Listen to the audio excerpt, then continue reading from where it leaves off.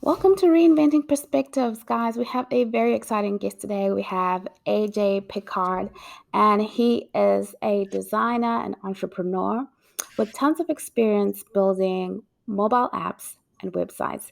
AJ, thank you for joining us today. And could you tell our audience a little bit about yourself just to get us started?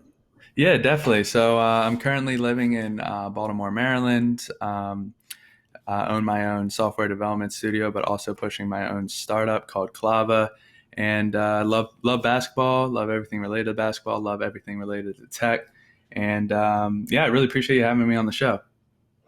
Well, thanks for coming on. I feel like this is the perfect time to have you on because hmm everybody is thinking about mobile apps in terms of entrepreneurship, hmm but people are thinking about this. Most of us are not technical people. Okay, we're hmm non-technical people looking at the space of mobile apps. Share with us how you got into this space and how you became an entrepreneur. Yeah. So when I was a kid growing up, I was a huge gamer. My dad was obsessed with everything related to Apple, so I was always around Apple.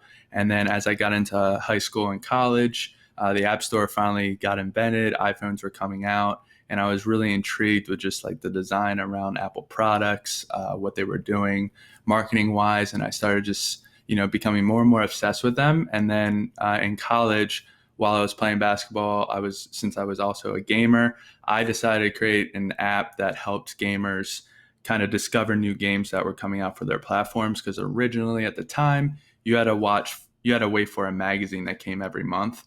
And I was like, with the App Store out, maybe I can build something cool here. So I did that for a couple of years, and then I was able to get like a couple thousand people in there. But then, I was funding it myself, college student, had to like eventually just shut it down.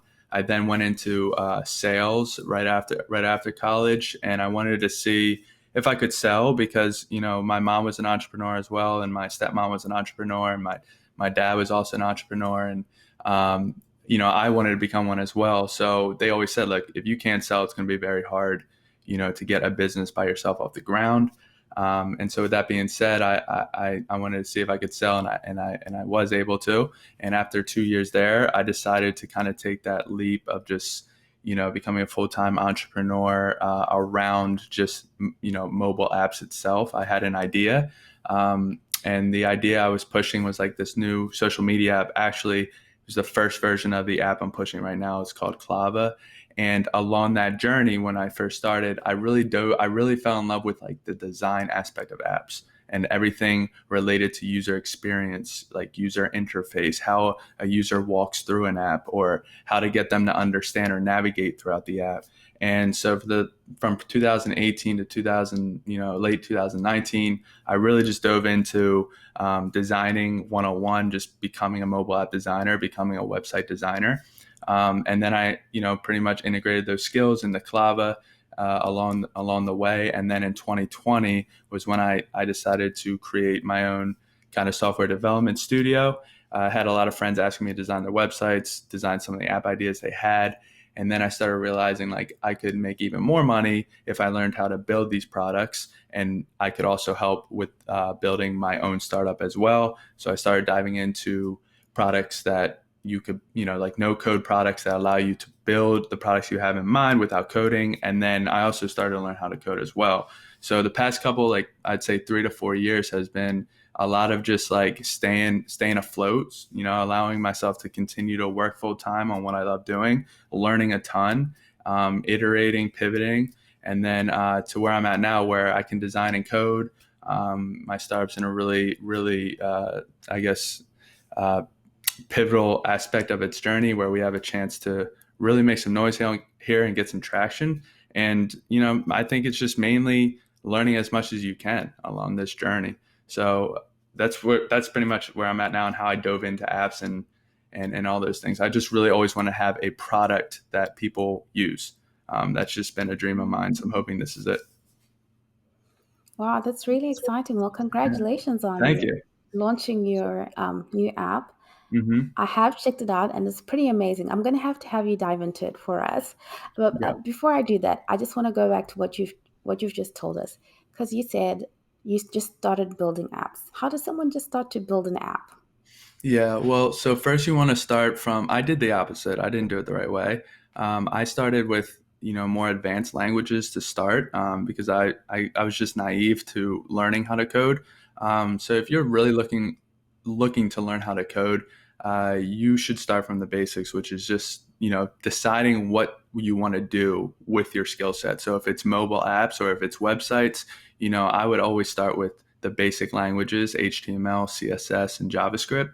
If you learn those and get really good with them, you'll be able to really easily learn how to develop mobile apps. But again, this process takes a while. This isn't something that you can get through within a month.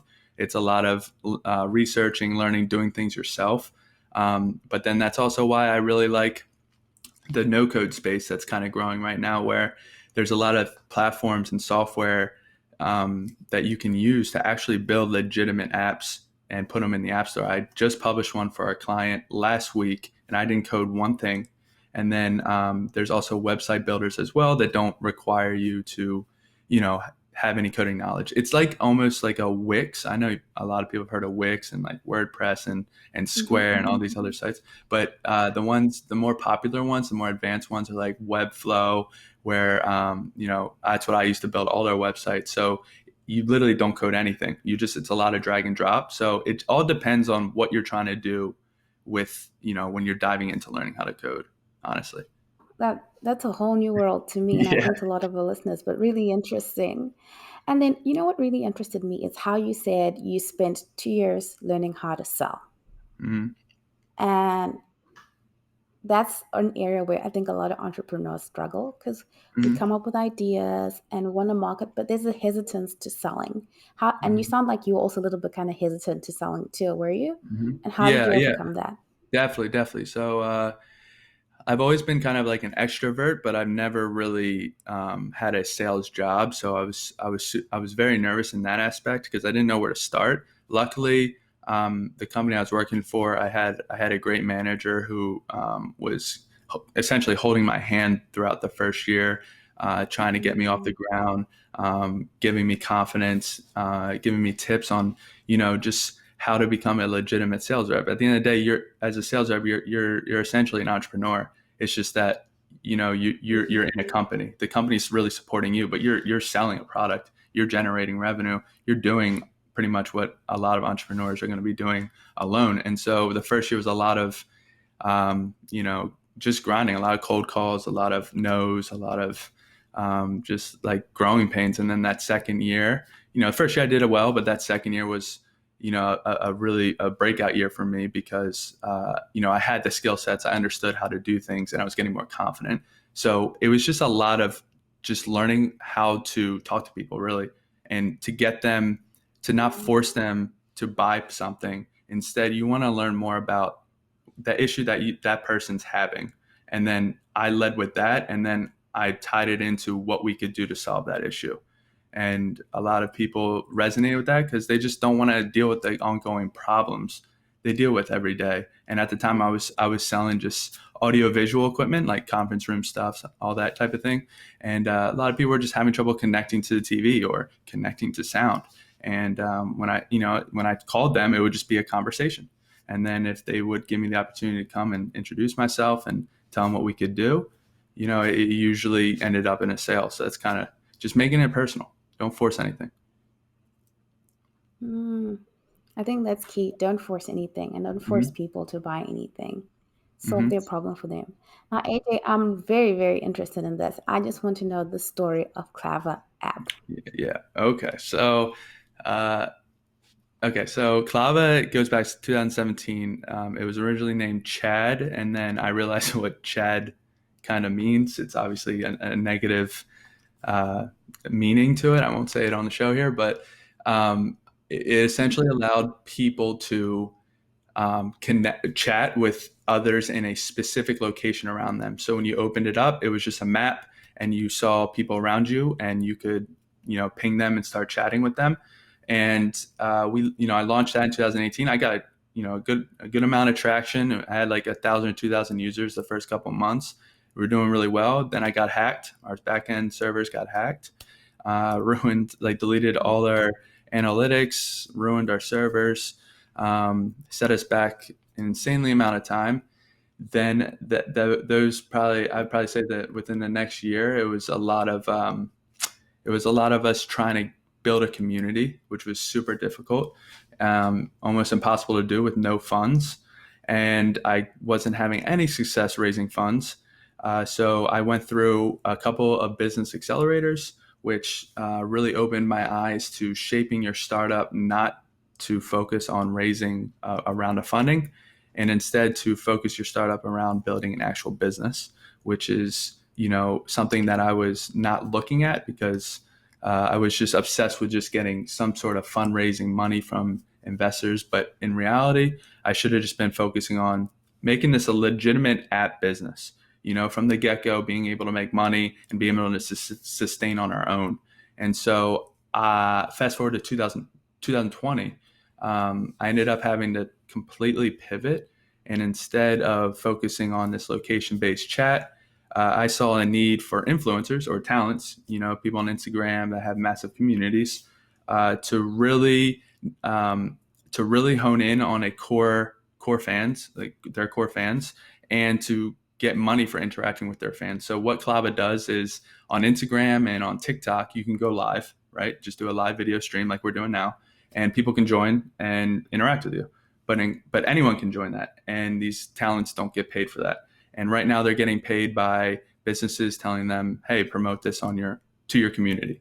And what I saw was with Clava, we literally give them the opportunity to go live, just like on Instagram and TikTok and all these other platforms. But instead, only 1,000 people can join. And then every time a user joins, they actually have to pay to join. So the goal of this is to create this exclusivity effect around this live that this talent is having or doing. And so a use case scenario could be like, you could go on Clava and you could do a 60-minute live. And this live could be a live on this recording right here of you doing like a podcast interview. And your fans would be able to get a sneak peek on like what it's like to actually do a live interview with someone else for your podcast. So like they're getting exclusive Mm. content that they wouldn't be getting anywhere else, and at a very reasonable rate. So in order for a user to join and get access to a live, they have to purchase what we call a time pass. They range from 15 minutes, 30 minutes, or an hour. So if I purchase a 15-minute pass to your live here, I would get access to your live for 15 minutes, and then I get kicked out because, again, only 1,000 users can join. So we want to give the opportunity for more users to join after I get kicked out. And that 15-minute pass is only 99 cents. So we make it super affordable to join this exclusive lives that these talents are having. But then you're also getting access to content that isn't anywhere else. And then these talents are getting what they want, the ability to interact with their core fans that are joining, and then they get paid. So that's pretty much what we're doing, and we're currently testing internally, looking to submit this week into the App Store. Wow, amazing. That's actually a really, really brilliant. Um, the user case is absolutely amazing because I'm just thinking of. I just finished this live launch with Kelly Mm-hmm. Roach. It was like a free Nice. training, and she was talking about this exact kind of user case where that exclusivity of having space with Mm-hmm. someone and getting information that you wouldn't get any other way, and the power of being Mm-hmm. live in terms of building your brand and building your business. So this is absolutely Yeah. amazing. Thank you. Congratulations on Thank you. that. Thank you. You know, I'm listening. I'm listening to your story, and then when you told me that you were Mm-hmm. hacked and lost a little bit of time Mm-hmm. there, that sounds like that must have been a really big Mm-hmm. challenge along the road. Is it impossible to not get hacked? That's what I'm thinking. I don't know anything about hacking. Maybe you can just share with us a little bit. Yeah. To me, we actually used a platform called Firebase, pretty common platform for backend servers for mobile apps, and we used it in every project and never had an issue.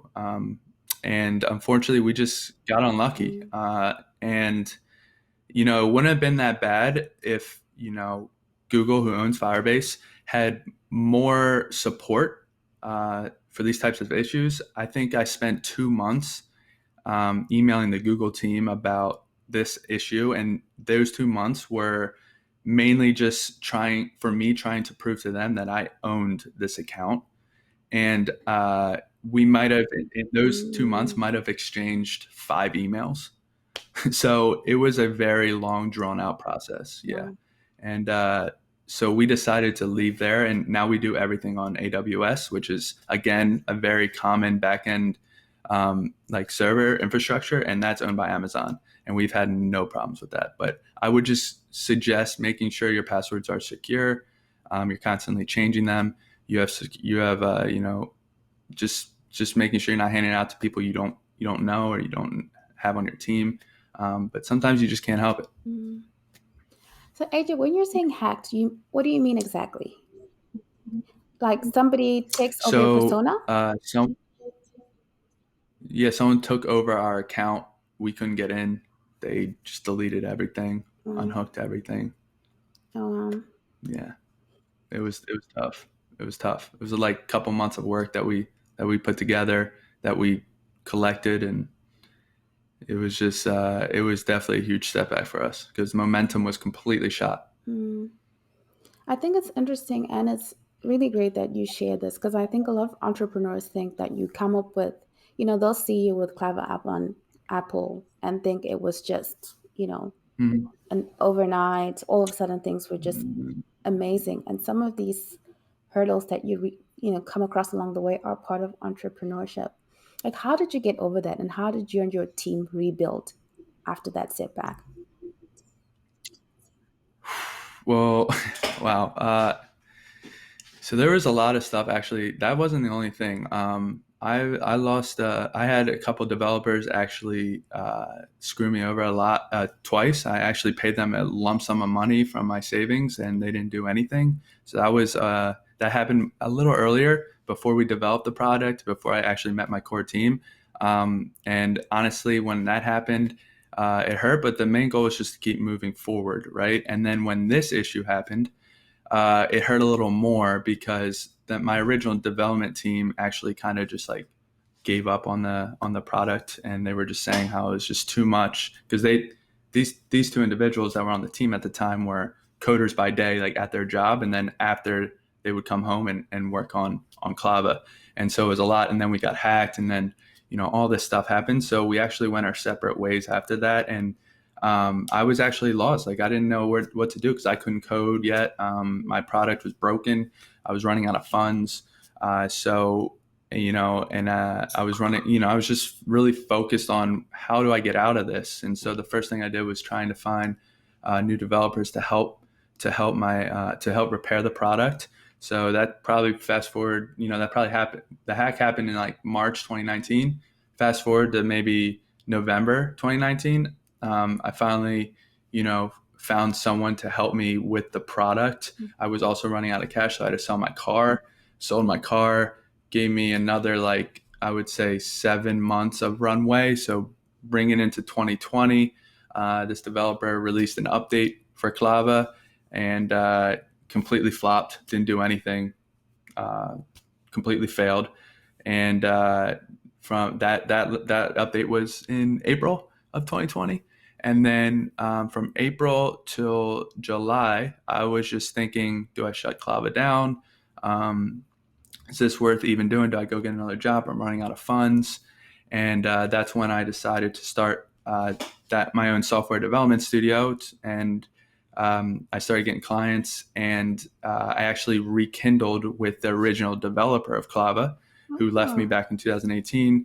And we decided to start building products together through my software development studio. So I was using the funds to fund Clava in my life. And then we were repairing our relationship because we both went our separate ways. And then next thing I know, he's helping with Clava, and he's our CTO. And him and the other developer I brought on are working together to help push this next update. And we're here where we're at now. And it's just a lot of just pushing through and finding ways to just keep going. I was charging like electric scooters. Like there's electric scooters in Baltimore. I was out to like 11 p.m., 12 a.m., sometimes picking up like electric scooters, putting them in my car, bringing them upstairs to my apartment, charging them, getting up at 6, putting them back outside in the city, and then getting paid like $4 a scooter. Like I just didn't have any money coming in, and I didn't want to do a part-time job because I felt like that was taken away from, me as an entrepreneur, like pushing this product and learning and just bettering myself. And so I was just trying to do any quick fixes for money I could. And that was, now we're here, still floating. Wow, that's an amazing story, and that's you have learned Yeah. so many lessons with Clava, so many valuable lessons that I think a lot of people. I mean, it's valuable knowledge that you experienced and that you're Hmm. sharing. Um, Also, it speaks to your leadership, that ability to keep going and to be able to Hmm. bring your team back. So kudos to you for that. And you're really young. You look really young. I don't know. You Thank you. look young, so I'm just assuming you. Yeah, I'm 28, 28, Yes. 28. So this is an amazing story, and I do wish you all the Thank success you. with ClavaApp. I'm listening to you, and I'm also Appreciate it. I thinking. really appreciate it. I'm also thinking to myself that that space in between. I think a lot of entrepreneurs go that space in between where you have to make that decision of, okay, you've got this idea and you really believe in it and you really want to chase it. Funds are running out. You're thinking to yourself, do I go get a job? But if I get a job, I can't focus on driving this forward. And but then I need money to keep myself going as well as to keep the project going. And really, what do I do? I think that's a critical key moments, Hmm. and that ability to think of ways to make money. I, Hmm. to unpack that would be a lifetime to unpack that, but I think that moment is the most valuable for entrepreneurs to really understand. How did you wrap your mind around that? Hmm. Because for most people, it's like you go back and get a job and Uh, you lose your dream. yeah, yeah, yeah, yeah. So I was just honestly, there was just opportunities that kind of fell in my lap. I was a lot of this journey happened. You need luck, right? I mean, luck plays a huge part in just being an entrepreneur, unfortunately.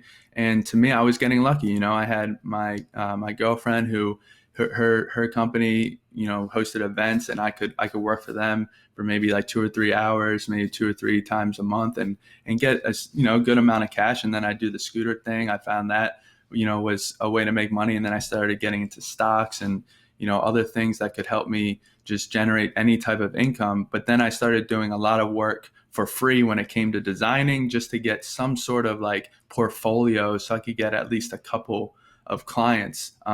Because a lot of that was, hey, you haven't done anything. So how do I know your skill set? So I needed to, really build out my portfolio. And that's probably that whole 2020 was just me doing that. And I gave myself until the end of the year. I was like, if I'm ever at a point where in the next month I'm not going to be able to pay rent, well then my backup plan was to just start Ubering or lifting until I found a job or found some way money can start coming in. And so to me, to give any type of feedback would be just, you have to, when you go on the entrepreneur journey, it's about hustle and it's about all that, but it's about passion around what you want to do Mm, and your dream around what you want to do.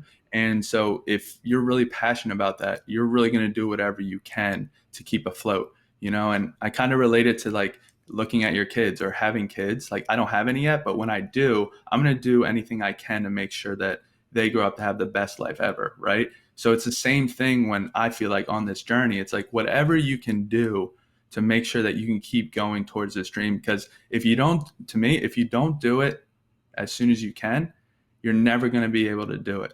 I'm blessed that I started to do this in my early 20s, then in my late 30s. mm, Because as you get older, there's more and more responsibility, and it gets a lot harder to try to succeed with your dreams. And that's pretty much all. I mean, just figuring it out. Honestly, you just got to figure it out.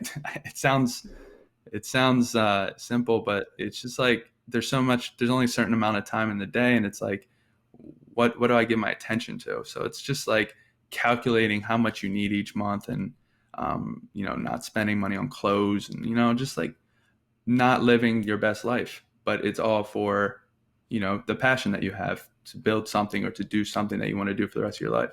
no, great advice.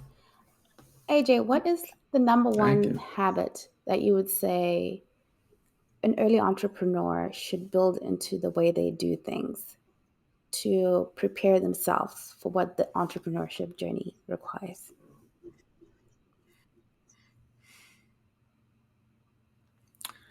Oh, that's a good question. Um, Off the top of my head, I would probably say consistency. Um, you're waking up every day without a boss or anyone telling you what to do. So your time is valuable, and you need to make sure that you are being consistent each day with what you do with your time. It's very easy to just not want to do anything at all, or work just a regular 9 hour day or 8 hour day. But you have to look at it where it's gonna be. This is a long journey. This isn't gonna happen overnight. You're in for the long run, 1 to 3 years, however long it's going to take. But along with being consistent, you have to make sure you're budgeting consistently, you're learning consistently every day, you're pushing yourself every day. You're making money, you're trying to make money every day. It's so many things you have to be consistent with, because if you're just learning one day a week and then trying to get something off the ground, you're not really improving your skill set to put more of your skill into the business you're trying to get off the ground. So I think it's a lot of just being consistent with just everything you do every day. That's really it. Mm, absolutely. I'm guessing the consistency is what will lead to that momentum. Because if you don't build that up to get to momentum, it'll take you a very long, long time. And I feel like as an entrepreneur, the longer you take to to build something to get momentum, the more also you can also get discouraged just because you're failing to input Hmm. that consistency. So that's really, really great advice. AJ, what is the number one book that you would say for an early entrepreneur, or the book that you read that you felt was a game changer for you?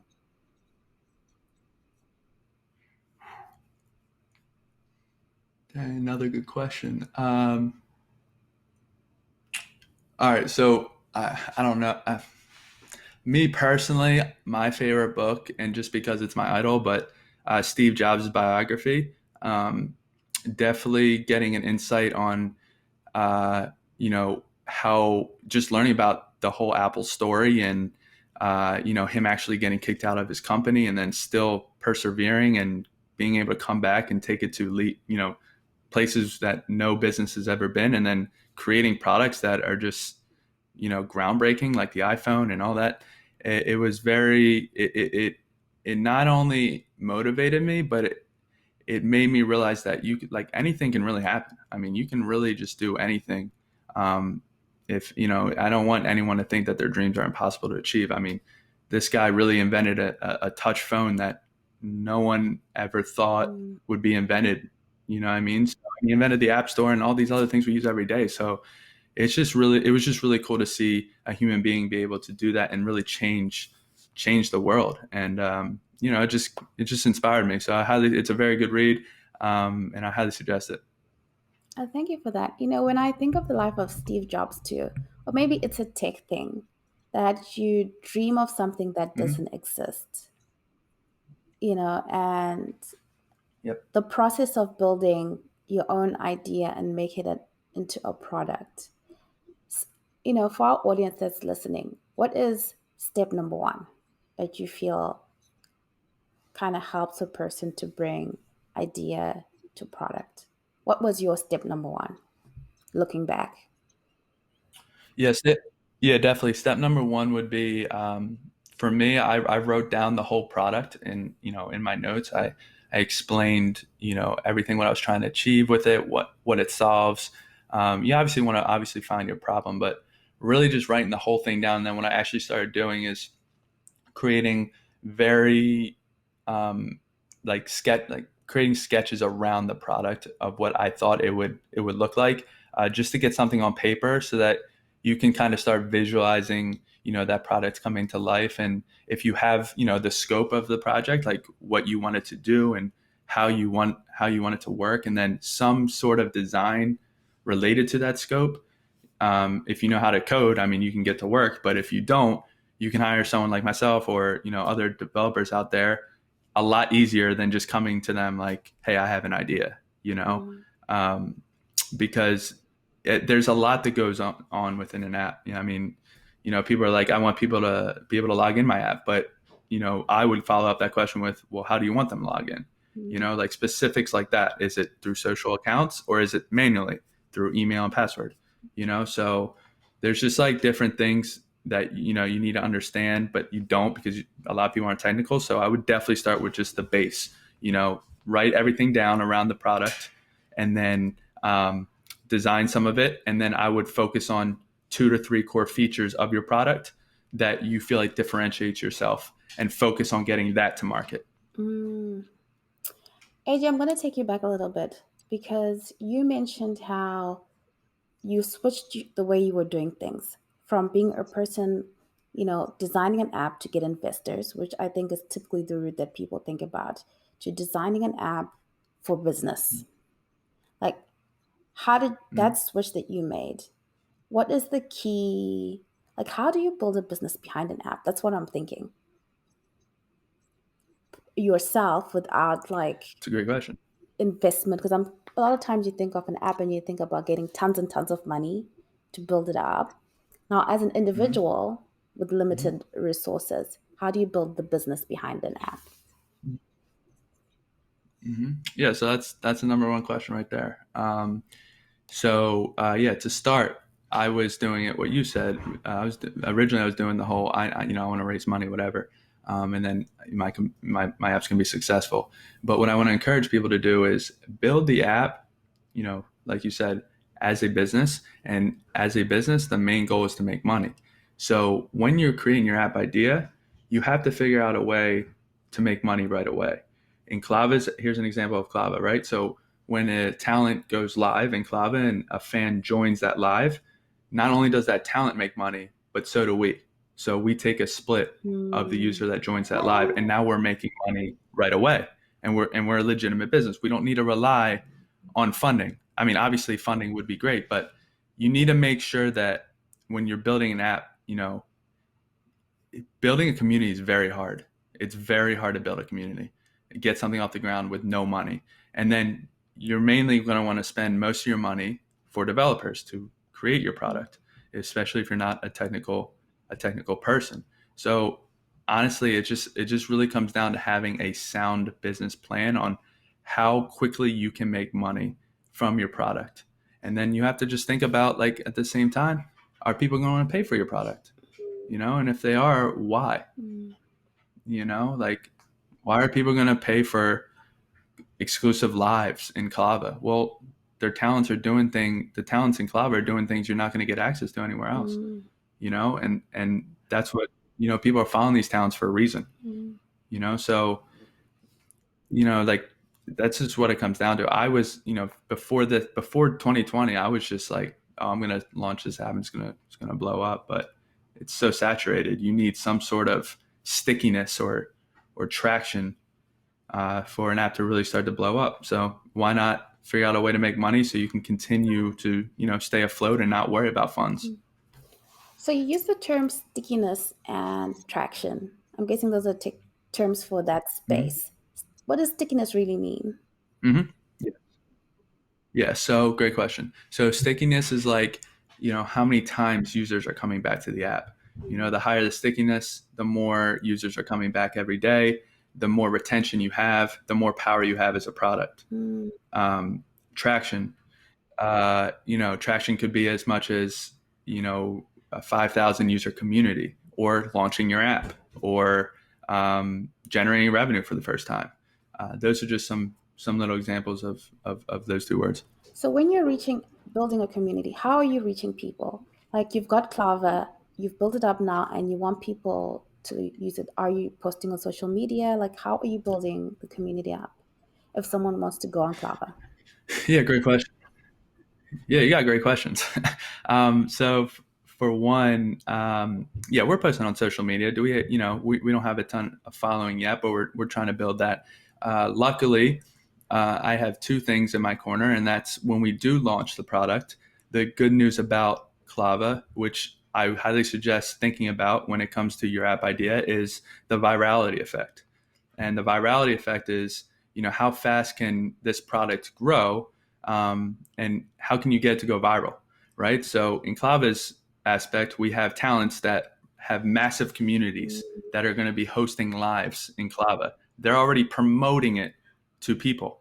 So at most, at a live, in one live, they can give Clava 1,000 new users, right? Because only 1,000 people can join our lives. So they're promoting the product for us, right?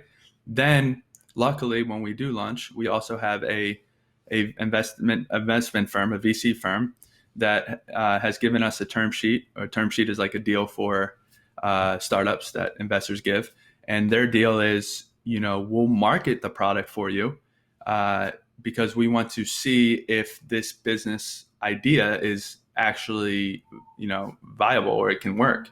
And if it can, they will give us, the funding we want, and we can continue to move. But if not, at least we get a nice trial test of a firm that is experienced in marketing, mm, which is something we are lacking, and they can drive what we need, which is talents and other users. And on top of that, we're also reaching out to talents individually, via email. So a lot of the times it's just me emailing people. They respond if they're interested, jump on a call, add them to our list, and that's that. But the good thing about Clava, like I said earlier, our talents are pretty much promoting the product for us, so it can buy us time until we get some more money for marketing ourselves. Wow, this is just brilliant. I think our audience that is listening is going to be mind blown. The amount of work and the thought and the I way you've hope. attacked everything from every angle. Yeah, your journey is it's truly remarkable. AJ, I always finish by asking people Thank you. this Thank you. question. What has faith meant to you along your journey? Oh man, a lot. So yeah, I mean, look, there's been some great times, some bad times, and when it comes to faith, it's just, to me, trusting the journey that he's putting you through, and if you trust that journey, your next responsibility is just to give 100% effort, and trust that, the man upstairs has your back, and your loved ones that are up there as well have your back, and just try as hard as you can. At the end of the day, if it's going to happen, it's going to happen. If not, God's going to lead you to another journey in your life. And but to me, he's been crucial. Mm, Talking to him during the tough times, and giving me the strength to just, sometimes I just never really wanted to wake up, and I feel unmotivated, but it seems to, I always look at the grand scheme of things. And the one quote I love is, and obviously there's other faiths out there, but, I'm Christian, but the biggest one is, he'll never put you through something that you can't handle, mm, and no matter how bad it might seem for your life, there's always someone that's going through something way mm, worse. And so I try to keep it as positive and trustworthy as I can when things are rough. And I always go back to him and talk to him as much as I can. But he's been good to me, and I can't deny that. And I'm just hoping the blessings continue to happen. mm. I'm sure they will. Thank you so much for being with us, AJ, and thank you for sharing so candidly in a way that I'm sure is going to really help our audience and truly bless them with your journey. Thank you.